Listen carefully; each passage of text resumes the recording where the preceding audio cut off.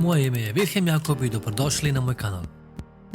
Podržite ovaj kanal klikom na dugme subscribe ili prati.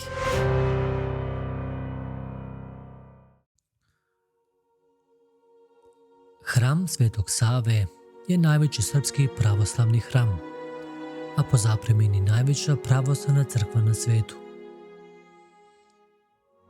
Podignut je na mestu za koje se smatra da je Kodža Sinan Paša 1594. godine spalio mošti Svetog Save, osnivača Srpske pravoslavne crkve.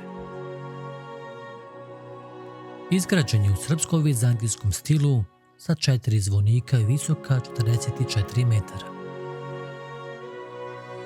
Visina vrha kupole iznosi 70 metara.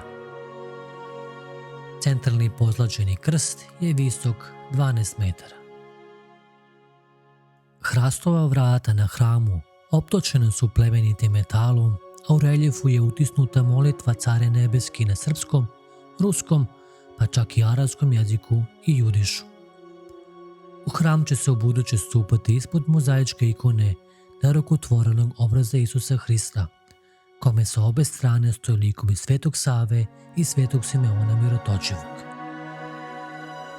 Hram zauzima površinu 3500 kvadratnih metara u prizemlju uz dodatnih 1500 kvadratnih metara na 3 galerije na prvom spratu. Kupole su ukrašene sa 18 pozlačenih krstova u 3 veličine, dok su u zvonicima nalaze 49 zvona iz austrijske zvonolivnice Grasmayer. Hram je opložen belim mermerom i granitom i može da primi 10.000 vernika, a na zapadnu horsku galeriju može da stane 800 horista.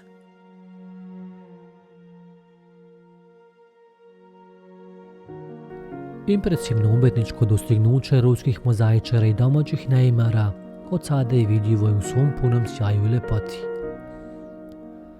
Površinu od čak 15.000 kvadratnih metara zauzimaju impresivni portreti Isusa Hrista, Bogorodice, prizori Starog i Novog Zaveta, likovi srpskih svetitelja, a interijerom dominira zlatni sjaj miliona komadića stakla i plemenito kamena svih boja, ugrađenih u višemetarske figure i likove impresivne po dimenzijama i umetničkom izrazu. Kružni prostor pod kupolom po vizantijskoj tradiciji prekriven je plavim mozaikom koji dočarava nebeski svod. U hramu se nalazi 3 ikonostasa i oltar u kojem je ikona Isusa Hrista sa raspodom ruku većim od 17 metara, što također hram čini posebnim.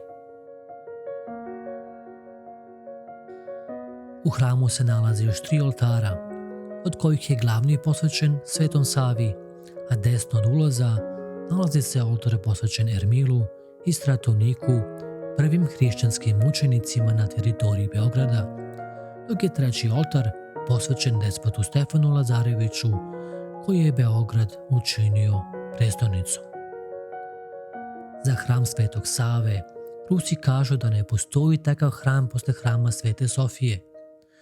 Ispod hrama je kripta posvećena Svetom Lazaru.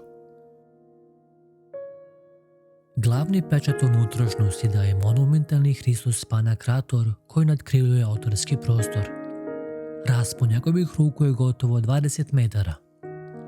Najveću površinu na južnoj, severnoj i zapadnoj strani zauzimaju novozavetne scene vaskrsenja, rođenja Hristovog i uspenja Bogorodice.